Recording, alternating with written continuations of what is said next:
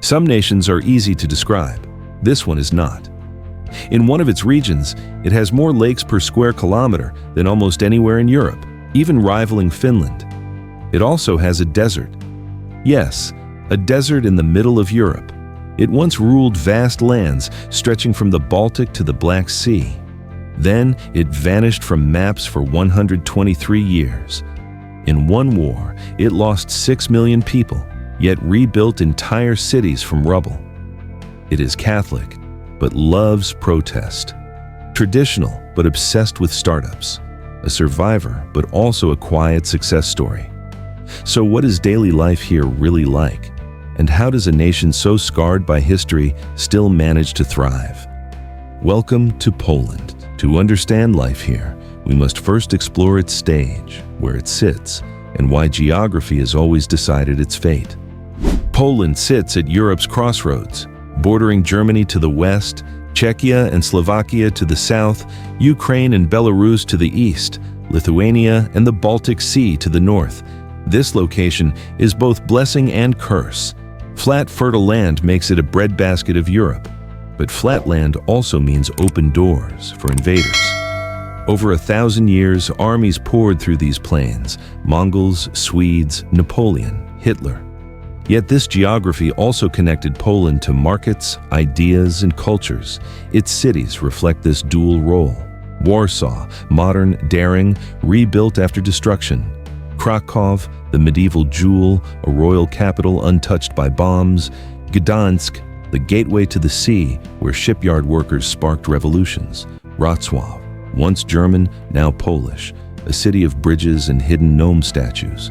Poland hides the only desert in Central Europe, the Błędów Desert.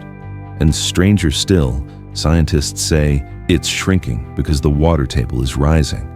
Climate plays its part. Winters can freeze rivers solid. Summers are short but intense. Families adjust to 4 strong seasons, each shaping food, work, and travel. The East leans conservative, rural, rooted in agriculture. The West leans cosmopolitan, shaped by trade with Germany. Industry thrives in Silesia. Ancient forests remain in Podlasie. Geography explains Poland's tragedy and its endurance, but land alone does not shape destiny. Power does. And in Poland, power has always been a double-edged sword.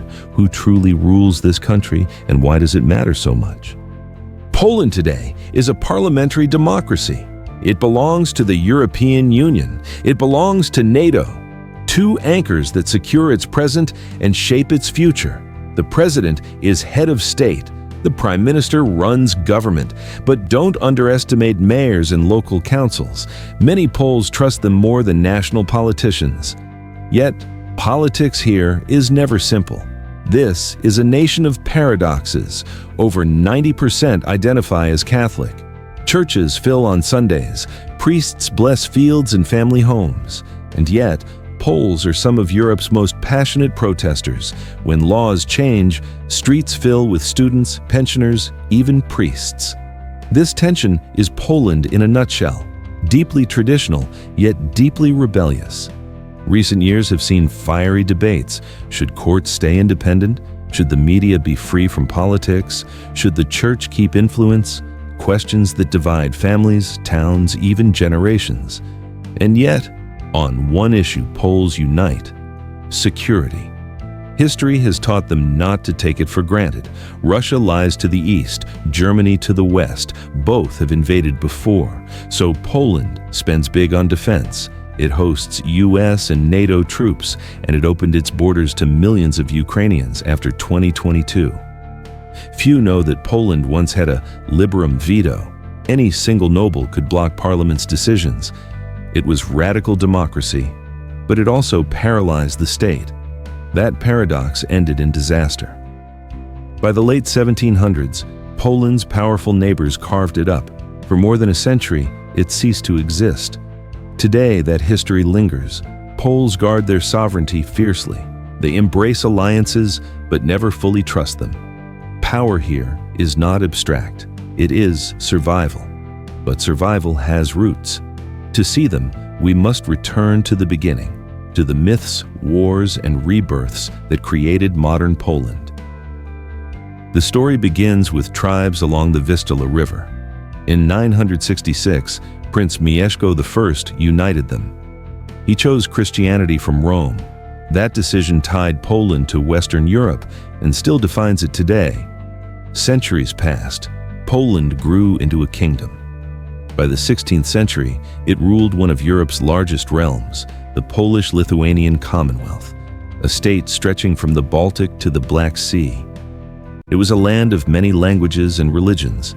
Jews, Armenians, Germans, Lithuanians, Ukrainians all lived side by side, remarkably tolerant for its age. Poland adopted the world's second modern constitution in 1791, just after the United States, before France. But neighbors were stronger. Prussia, Austria, Russia. They conspired, partitioned Poland, and erased it from maps. For 123 years, there was no Poland. And yet, there was. Language kept alive in secret, patriotism hidden in poetry, songs, and Catholic Mass. World War I restored independence in 1918. But just 2 decades later, catastrophe returned. In 1939, Nazi Germany invaded from the west. Days later, the Soviet Union from the east. Poland was torn apart again. 6 million Poles died in the war, half of them Jews. The Holocaust consumed centuries of Jewish culture. The Warsaw Ghetto Uprising, the Warsaw Uprising, resistance against impossible odds. Warsaw itself was left in ruins, 90% destroyed. After the war, Poland fell under Soviet control. Factories, mines, lives, all tied to Moscow. But in 1980, workers in Gdansk rose up. The Solidarity movement demanded rights. Led by electrician Lech Wałęsa, it shook the entire Soviet bloc. By 1989, communism collapsed peacefully. Poland was free again. Its story is tragedy and miracle combined. A nation erased, rebuilt, crushed, yet undefeated. But Poland's greatest transformation was still ahead, not in politics, but in the economy. Poland is now the 6th largest economy in the European Union, a stunning rise for a country once plagued by shortages and queues. Its resilience became legendary in 2008. Every EU nation plunged into recession, every one except Poland. Why? A flexible currency not tied to the euro. A huge domestic market, billions in EU investment, exports thrive, cars, machinery, food, IT. Warsaw hosts Central Europe's biggest stock exchange. Krakow and Wrocław pulse with startups and outsourcing hubs. Poland quietly became Europe's largest producer of apples, exporting even to Asia and Africa. But growth brings paradox. After 2004, millions left for the UK, Germany, Ireland. Villages emptied, yet today many are returning, bringing skills, savings, and new ideas. Still, inequality remains. Rural farmers earn little. Urban youth thrive in global industries. Older pensioners fear rising prices, yet the trend is undeniable. Poland is no longer Europe's poor cousin, it is its rising star. But numbers don't reveal how people truly live. For that, we must step inside daily life. Life here revolves around family, Sundays with grandparents, meals with 3 generations at the table. Work is demanding. Poles average more hours than their Western neighbors, but vacations are sacred. Summers by the Baltic, winters in the Tatras. Urban life means apartments, metro rides, co-working cafes. Rural life means tractors, church bells, and forests. At one point, more Poles lived abroad than at home. Today, the Polish diaspora numbers over 20 million worldwide. Immigration is the new paradox. Poles once fled poverty. Now, migrants arrive here. Ukrainians fleeing war, Belarusians fleeing repression, even Vietnamese building small businesses. Since 2022, millions of Ukrainians have crossed the border. Many stayed, reshaping schools, neighborhoods, and jobs. Life is cheaper than in Western Europe, but rising fast. A middle-class family may own a car and an apartment, but luxuries are rare. Generations see life differently. Older Poles recall war and communism. They vote conservative. Younger Poles stream K-pop, code apps, dream global. Tradition meets transformation daily, weddings last days. Yet dating apps thrive. Grandmothers knead dough for pierogi. Grandchildren order sushi on their phones. To feel this tension fully, we must travel. Across Poland's landscapes, festivals, and stories. Traveling here feels like flipping through centuries. Warsaw's skyline gleams, yet its old town is a replica, rebuilt brick by brick after war. Krakow's medieval square is Europe's largest, buzzing with students and street musicians. Gdansk's shipyards whisper of revolutions. Wrocław hides hundreds of tiny gnome statues scattered across the city. Nature offers contrasts too. Tatras, jagged peaks, shepherd villages, skiing slopes, Masurian Lakes, thousands of waterways, a sailor's paradise. Baltic coast, endless beaches dotted with amber shops. Poland is home to the world's largest brick castle, Malbork.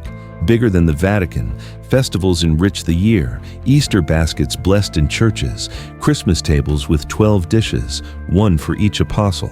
Summer music festivals drawing global stars, folklore still breathes, colorful costumes, spiraling dances, myths of dragons under Krakow.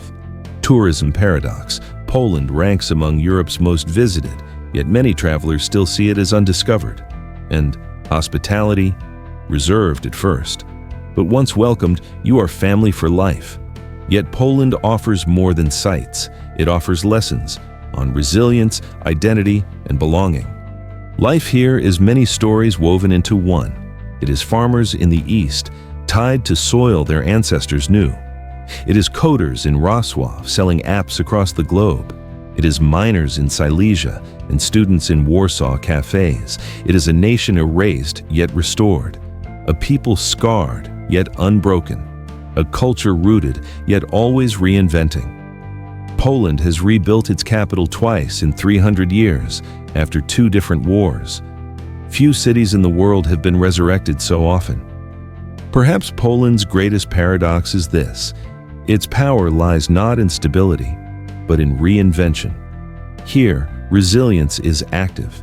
It means rebuilding when cities burn, thriving when economies collapse, dreaming when history says you should despair. So what is life in Poland? It is survival turned into possibility, tradition turned into inspiration, a past that lifts rather than weighs down. If you enjoyed this journey, join us again. Which country should we uncover next? Tell us, because the world is full of stories waiting to be told.